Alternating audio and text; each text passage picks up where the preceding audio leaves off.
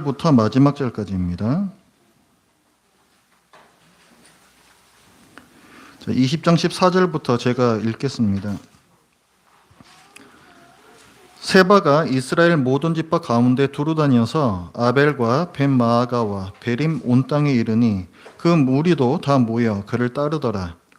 이에 그들이 벳마아가 아벨로 가서 세바를 애우고 그 성읍을 향한 지역 언덕 위에 토성을 쌓고 요압과 함께한 모든 백성이 성벽을 쳐서 헐고자 하더니 그 성읍에서 지혜로운 여인 한 사람이 외쳐 이르되 들을지어다 들을지어다 청하건대 너희는 요압에게 이르기를 이리로 가까이 오라 내가 네게 말하려 하노라 한다 하라.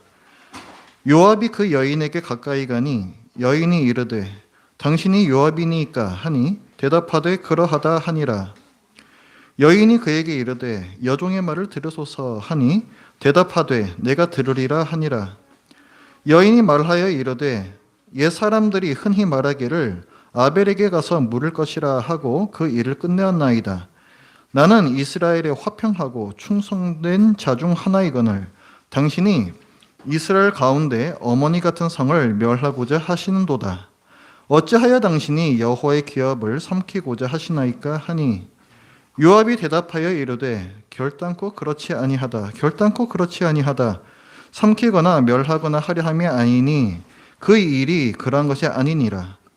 에브라임 산지 사람 비그리의 아들 그의 이름을 세바라 하는 자가 손을 들어 왕 다윗을 대적하였나니 너희가 그만 내주면 내가 이 성벽에서 떠나가리라 하니라. 여인이 요압에게 이르되 그의 머리를 성벽에서 당신에게 내어 던지리이다 하고 이에 여인이 그의 지혜를 가지고 모든 백성에게 나아가매 그들이 비그리의 아들 세바의 머리를 베어 요압에게 던진지라.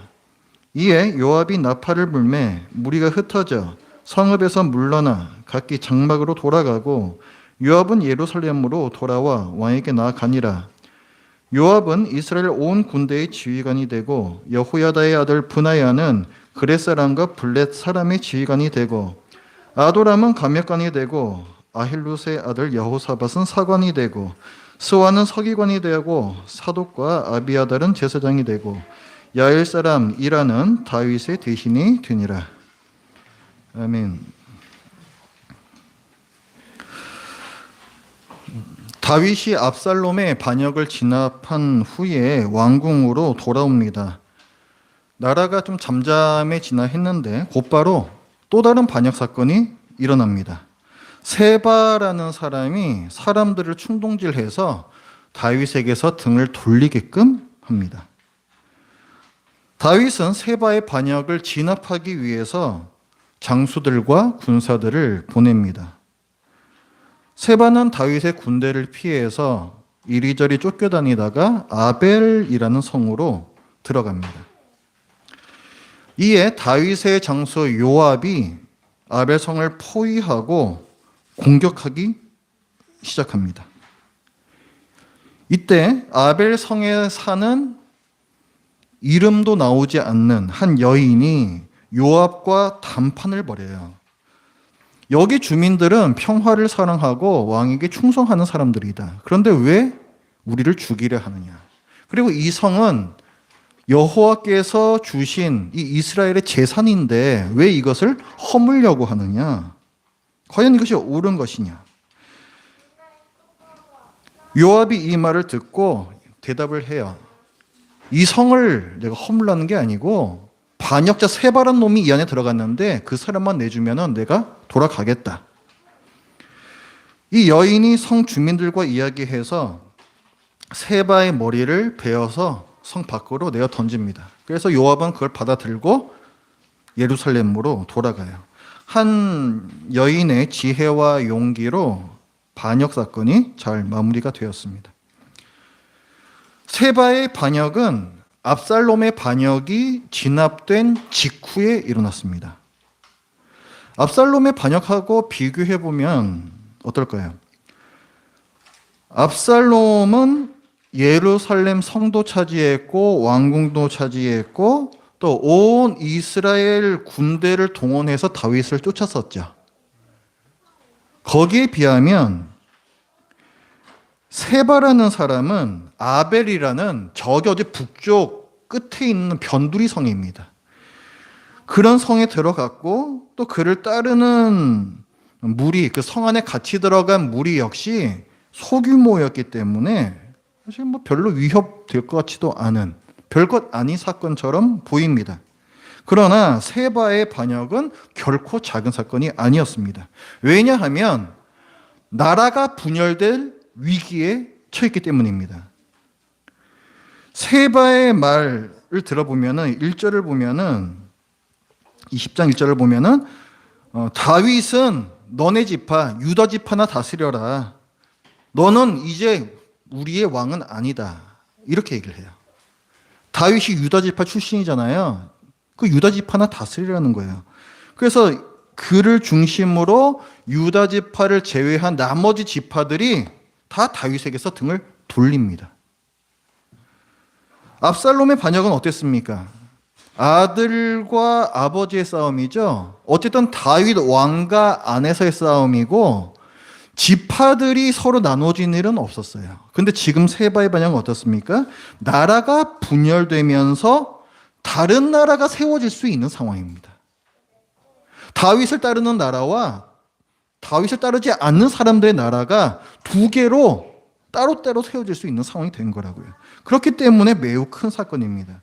그래서 다윗은 6절을 보면 세바가 압살롬보다 우리를 더 해야 할 것이다 이렇게 얘기해요. 정확하게 간파를 한 겁니다. 굉장히 큰 위기라는 거죠. 그러면서 신속히 대응하라 명합니다. 그러면서 내 부하들을 데리고 세바의 뒤를 쫓아라. 그러니까 세바가 사람들을 더 충동질하기 전에 또 다른 나라가 세워지기 전에 어서 그의 뒤를 쫓아가라. 한시가 급하다. 뭐 세바의 목을 뱀으로써 반역은 잘 진압이 됩니다. 하지만 이스라엘이 분열될 수 있다라는 이 불신은 계속 남습니다. 후대로 가면 다윗의 손자 르호보암 왕 때에 지파 간의 갈등이 다시금 일어나요. 그러면서 다윗 왕을 따르는 유다 지파, 남유다가 따로 있고 나머지 지파들로 구성된 북이스라엘이 따로 세워집니다. 그러니까 오늘 이 사건은 굉장히 큰 의미가 있는 거예요. 지파들 간의 연합이 최초로 깨진 사건입니다. 근데 이 분열의 원인을 다름 아닌 다윗 왕이 제공을 해요. 왜 지금 유다 지파를 제외한 다른 지파들의 마음이 돌아섰는가? 왜 세바가 다윗에게서 돌아서자라고 얘기를 하는가? 다윗이 자기 지파 유다 지파를 편애했기 때문에 그렇습니다. 19장 9절부터의 말씀을 보면 다윗 왕이 이제 압살롬 반역이 진압이 된 후에 궁으로 돌아오려고 하잖아요. 환궁을 하려고 하는데 그때 북쪽 지역에 있는 그 지파들, 유다 지파 말고 유다 지파는 남쪽에 있는 지파고 그걸 제외한 다른 지파 사람들이 서로 논의를 합니다. 왕을 어서 모셔오자 논의를 해요. 그런데 정작 다윗의 출신 지파인 유다 지파는 상황 판단을 빨리빨리 못하고 머뭇머뭇거립니다. 그래서 다윗이 유다 지파에 따로 사람을 보내요. 너희는 내 혈육이면서 나를 왕으로 다시 모셔 들여오는 일에 왜 주저하고 있느냐? 책망을 하고 그제서야 온 유다 지파가 나와서 다윗이 궁으로 돌아오는 것을 맞이합니다. 다윗이 다른 지파들보다 유다 지파를 더 챙겼다는 얘기예요. 이 일 때문에 다른 지파들의 마음이 상했습니다. 유다 지파와 논쟁을 벌여요. 왕을 모셔오는데 이 나라의 일인데 우리 10지파들하고는 왜 상의도 없이 너희들 마음대로 왕을 모셔드리느냐? 19장 41절부터 이제 나오는 말씀입니다. 그 지파들 간에 서로 시기하고 질투하는 분쟁이 일어난 거죠. 이 사람들은 다윗이 모든 지파를 똑같이 사랑하는 게 아니라 자기 출신 지파인 유다 지파를 더 사랑한다는 것을 알게 됩니다. 그래서 오늘 본문이 이어져요. 그래서 20장 1절에 보면 마침 이렇게 시작하죠. 그때에 이런 뜻이죠. 그때. 바로 그때. 그렇게 사람들이 섭섭해하고 있을 그때에 세바라는 어떤 사람이 일어났다는 거예요. 그러니까 다윗이 잘 했어야 합니다. 다 이스라엘 한 백성인데 누가 마중을 나오든 그게 무슨 상관입니까? 다윗은 자기가 지금 입지가 불안하잖아요. 지금 압살롬이 일어나서 민심을 다 빼앗아가기도 했잖아요. 그런 자기의 불안한 정치적 기반을 자기 혈육들을 통해서 다시 세우고 싶었던 겁니다. 매우 인간적인 목적이 있었던 거예요. 오늘 우리가 읽었던 그 본문에는 중요한 부분이 있는데 마지막 부분에 23절부터 26절까지 20장 23절부터 26절입니다. 여기는 뭐냐면 다윗이 궁으로 돌아오고 난 뒤에 뭐 군대 장관으로는 누굴 세우고 제사장으로는 누굴 세우고 또 뭐 지휘관은 누굴 세우고 그 중요한 이제 그 자리에다가 누구누구를 앉혔다. 그러니까 다윗의 이 왕국의 행정 조직이 다시 질서를 잡았다라는 이제 대목입니다. 근데 이 본문이요. 8장 15절부터 18절까지의 본문과 매우 흡사합니다. 일단 오늘 본문을 한번 먼저 제가 읽어볼게요. 요압은 이스라엘 온 군대의 지휘관이 되고 여호야다의 아들 브나야는 그렛 사람과 블렛 사람이 지휘관이 되고 아도람은 감역관이 되고 아힐롯의 아들 여호사밧은 사관이 되고 소아는 서기관 되고 사독과 아비아달은 제사장이 되고 야일 사람 이라는 다윗의 대신이 되니라. 자, 많은 사람들이 나오죠. 근데 지금 이제 읽을 8장에 나오는 이 본문도 거의 이 사람들하고 완전히 똑같지는 않은데 거의 똑같아요. 거의 똑같아요. 근데 이게 똑같은 본문은 아닙니다. 어차피 시대가 다르기 때문에. 그 8장 한번 볼게요. 8장 15절.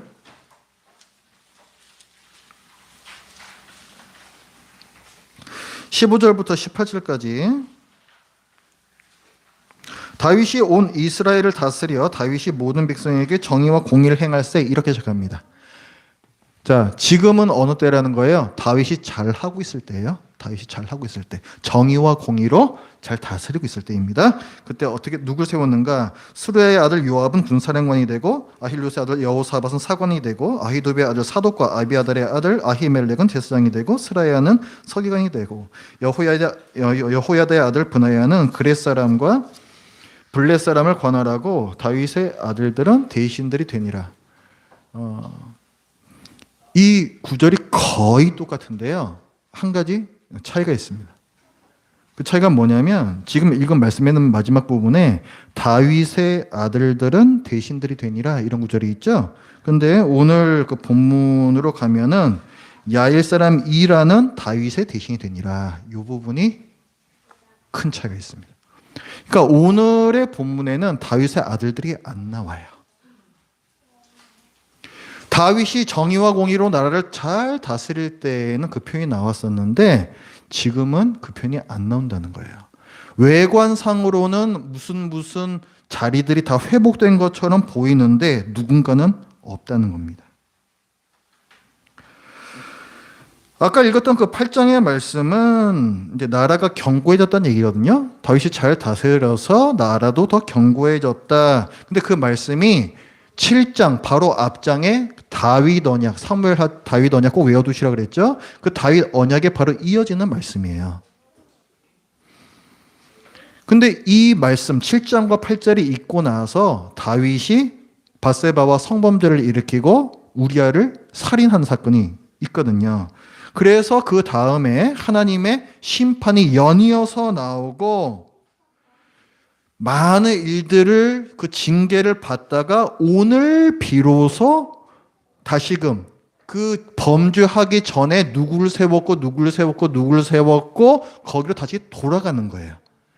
그러니까 드디어 하나님의 징계가 끝나고 나라가 다시 회복되었음을 말씀하는 본문입니다.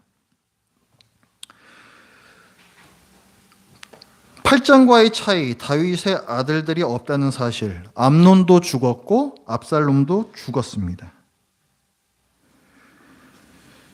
이 맥락에서 우리가 보면 성경이 우리에게 뭔가를 말하고 있음을 알아챌 수가 있어요. 아까 8장의 본문은 다윗 언약 다음에 나온 본문이었죠. 지금은 다윗이 범죄하고 심판받은 다음의 본문입니다. 그렇다면 오늘 이 본문이 말하는 바는 과연 하나님의 언약, 사무엘하 7장에 나왔던 다윗과 맺으신 그 언약이 다윗의 자손이 영원히 보존되리라 했던 그 언약이 과연 이루어질 수 있을 것이냐, 그걸 묻는 거예요.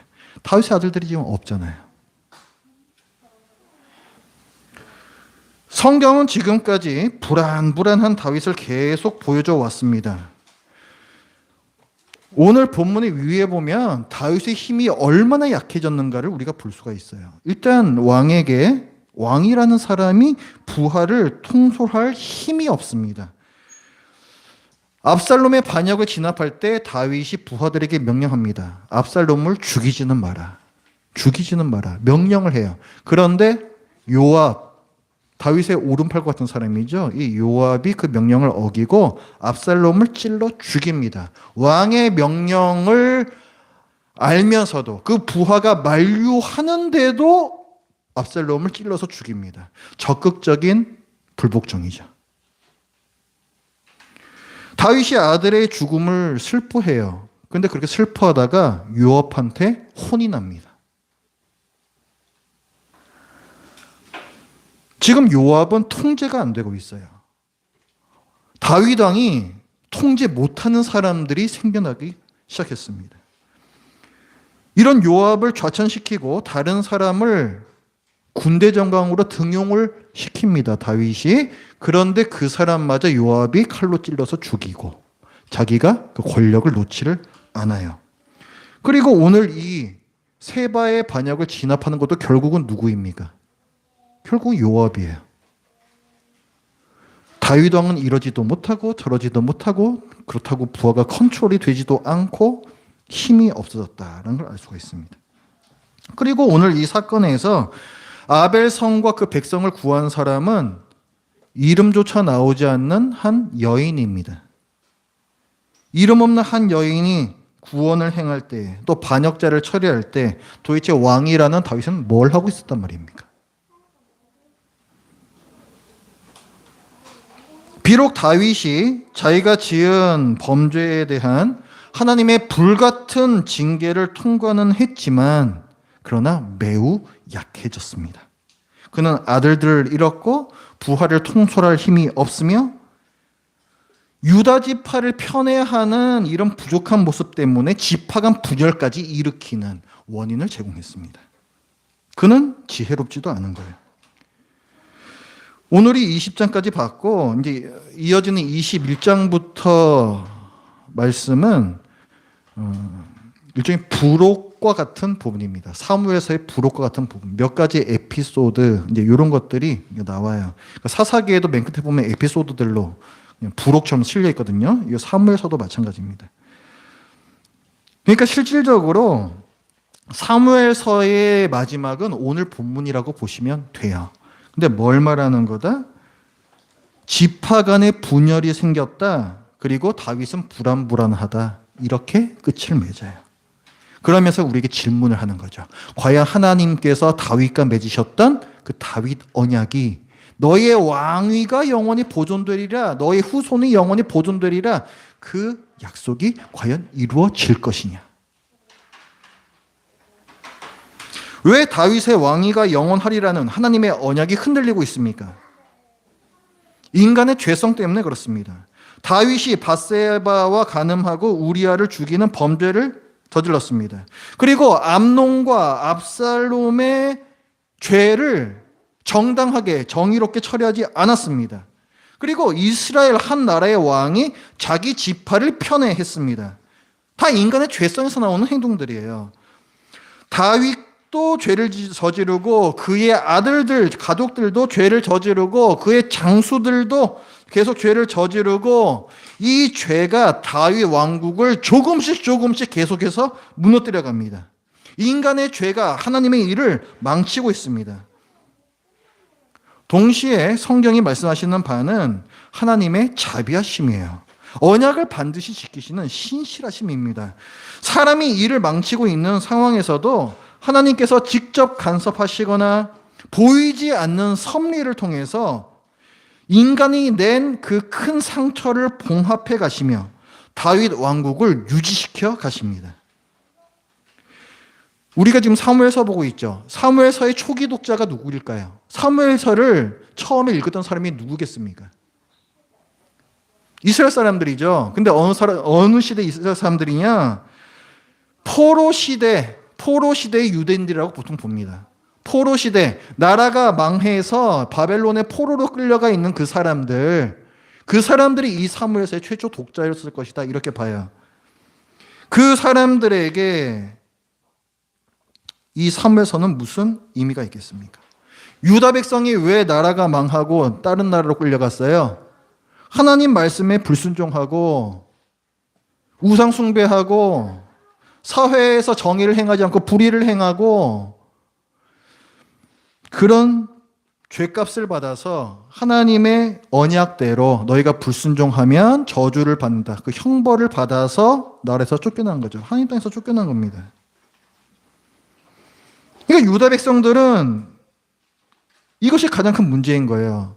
우리는 여전히 하나님의 백성인가? 우리는 이것으로 끝난 것인가? 그런 유다 백성에게 다윗이 범죄하고 하나님께서 언약을 지키시기 위해 다시 그들을 회복시켜 주셨다. 다윗을 회복시켜 주셨다라는 이 말씀은 큰 희망이 됩니다. 다윗의 상황이나 자기네 상황이나 똑같은 거예요, 지금. 범죄하고 하나님께 징계를 받아서 다윗이 왕궁에서 쫓겨나죠? 이스라엘 백성도 범죄하고 하나님께 징계를 받아서 하나님의 땅에서 쫓겨나간 겁니다. 이런 다윗을 하나님께서 다시금 왕궁으로 불러들이시고 다시금 질서를 회복시키시죠. 이걸 보면서 이스라엘 백성들은 비록 우리가 하나님께 징벌을 받고 있지만 그러나 하나님께서 다시금 우리를 옛 땅으로 돌려보내실 것이다. 다시금 그 질서를 회복시킬 것이다. 라는 소망을 갖습니다. 비록 불순종에 대한 징벌이 오랫동안 내려질 수는 있을지라도 반드시 회복시키실 언약의 하나님을 바라보면서 이스라엘 백성은 이제 자기를 돌아보는 거예요. 우리가 왜 이 꼬라지가 됐는가? 우리가 불순종했으니까 이렇게 된 거지. 자기 자신을 바라보고 하나님께 순종하는 백성이 되기로 다짐하고 결단하는 그런 의미로서의 이 사무엘서가 되는 거예요. 그리고 포로로 끌려간 유다 백성들은 기대합니다.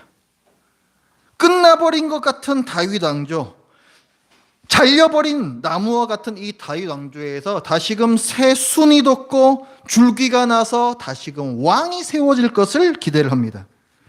영원한 나라를 이루실 왕, 다윗보다 더 위대한 왕, 다윗의 후손이 오실 것을 기대합니다. 하나님께서 그 왕을 과연 보내주셨는데 그분이 바로 예수 그리스도이십니다. 예수님께서는 여호와의 고난받는 종으로서 가난한 목수의 아들로서 이 땅에 오셔서 십자가에 달려 죽으심으로 자기 백성을 죄에서 구원하셨고 부활 승천하셔서 하나님 보좌 우편에 앉으심으로 이 세상을 다스리는 다윗의 후손, 진정한 왕이 되십니다. 예수님께서는 훗날에 다니엘이 예언한 인자와 같은 이로써 하나님의 영광을 상징하는 구름과 함께 이 땅에 다시 오셔서 영원한 하나님 나라를 완성시키시고 당신의 백성들을 그 나라로 인도하실 겁니다.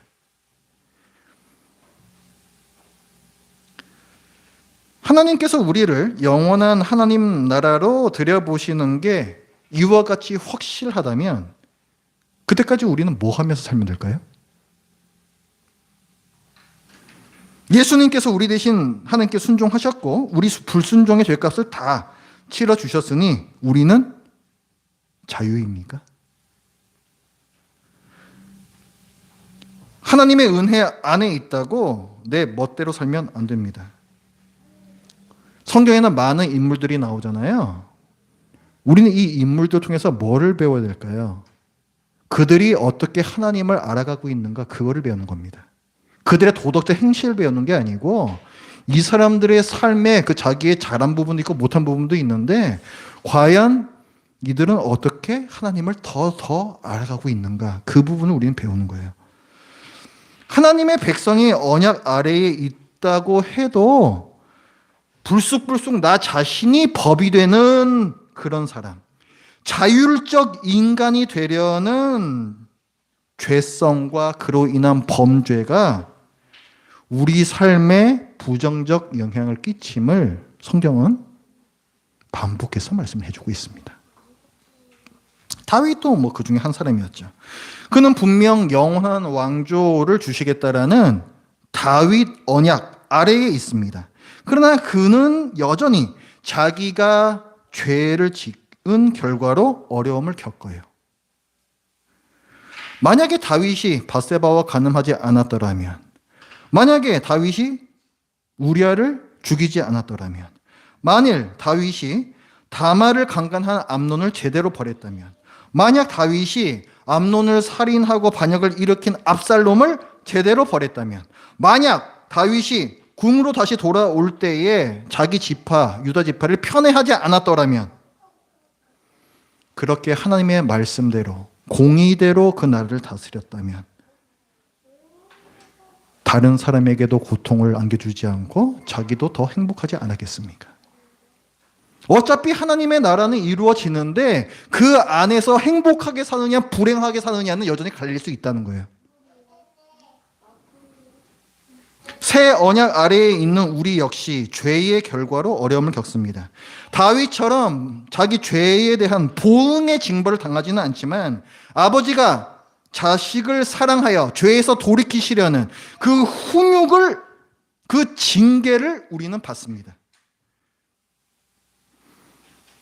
역사를 초월한 엄청난 은혜를 우리가 입어도 우리는 역사 속에서 우리의 연약함을 드러내고 그로 인해서 내가 져야 할 짐을 져야 된다는 거예요. 이 세상 역사의 큰 방향은 하나님의 계획 안에서 정해져 있으나 우리 한 사람 한 사람이 어제와 오늘 그리고 내일 실제로 무엇을 경험하며 어떻게 사는가는 나와 다른 사람들의 순종과 불순종에 영향을 받습니다. 성경은 하나님의 주권을 이유로 자기의 방종을 합리화하지 말라고 경고하십니다. 어차피 하나님께서 다 이루실 텐데 내가 뭘 할 수 있겠는가? 내가 어떻게 하든 하나님의 일이 이루어지는 데는 아무 지장 없는 거 아닌가?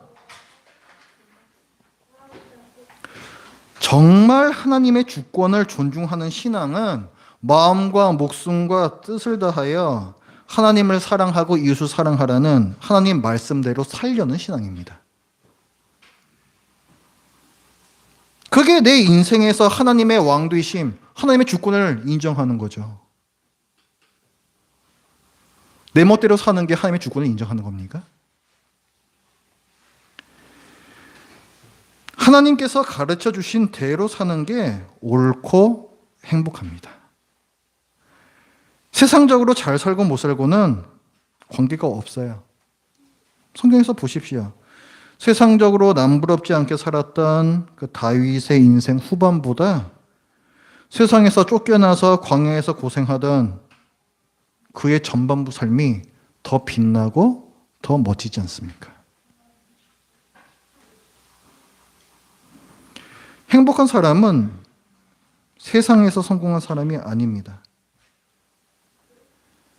세상에서 성공한 사람과 세상을 이기는 사람, 이 둘 중에서 누가 더 행복한 사람입니까?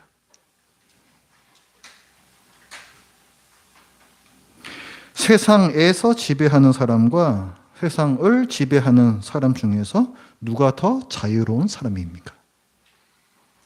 여러분이 세상의 가치를 쫓아가는 한 여러분은 세상의 종에 불과합니다. 행복한 인생은 세상적으로 잘 살고 못 살고가 아니라 하나님을 사랑하고 내 이웃을 사랑하라는 말씀대로 사느냐에 달려 있습니다. 시대가 바뀌어도 하나님의 말씀은 영원하니 말씀대로 사는 길의 바깥에는 잘못된 행동과 비록 행복해 보일지라도 속은 텅 비어 있는 불행한 삶이 있습니다. 이 세상이 죄인들과 죄의 유혹으로 가득하다는 건 누구보다도 하나님께서 잘 알고 계십니다. 그러므로 내가 내 멋대로 살면서 제가 상황이 이래서요, 저 사람이 저래서요, 남 탓할 필요가 없습니다. 하나님께서는 누구보다도 잘 알고 계시는 상황에서 너희는 이렇게 살라고 명하신 거예요. 신자는 이런 세상 안에서 비둘기처럼 순결하고 뱀처럼 지혜롭게 살라는 주님의 말씀처럼 옳게 살고자 노력해야 합니다. 보통 사람들보다 더 노력하면서 살아야 된다는 거예요. 신자는 첫 타락부터 마지막 날까지 그렇게 사는 거라고 하나님께서 성경을 통해서 명백히 알려주셨습니다. 괜히 나의 죄 때문에 하나님의 언약을 헛되이 흔드는 그런 헛수고를 하지 마시고 하나님의 말씀이 세상을 이김을 경험하는 행복한 삶을 사시길 바라요. 기도하겠습니다. 하나님 아버지, 오늘 다윗이 겪었던 또 한 가지의 어려운 일들을 보면서 이 인생을 통해서 과연 하나님께서 우리에게 무엇을 말씀하고 계시는가를 함께 살펴보았습니다. 하나님 아버지, 아무리 다윗이라 하더라도 죄인일 수밖에 없고 또 그의 부족한 모습 때문에 하나님께서 맺어주신 언약이 또 위협을 당하는 것 같은 아버지, 이런 안타까운 모습들을 저희들이 보았습니다. 하나님 아버지, 저희들이 이 세상을 어떻게 살아야 할지 오늘 말씀을 통해서 또 교훈을 받을 때에 그저 그냥 이 자리에서 끝나지 않도록 하여 주시고 참으로 저희들의 가치관이 바뀌게 하여 주시옵소서. 하나님보다 더 소중히 여기는 것들, 결국 그것들의 종으로 살 수밖에 없는 그런 인생 구하지 않게 하시고 하나님을 가장 사랑하여 이 세상의 가치들 우습게 내려다볼 수 있는 저희들 모두 되게 하여 주시옵소서. 예수님의 이름으로 기도드립니다. 아멘. 찬송가 232장 찬송하시면서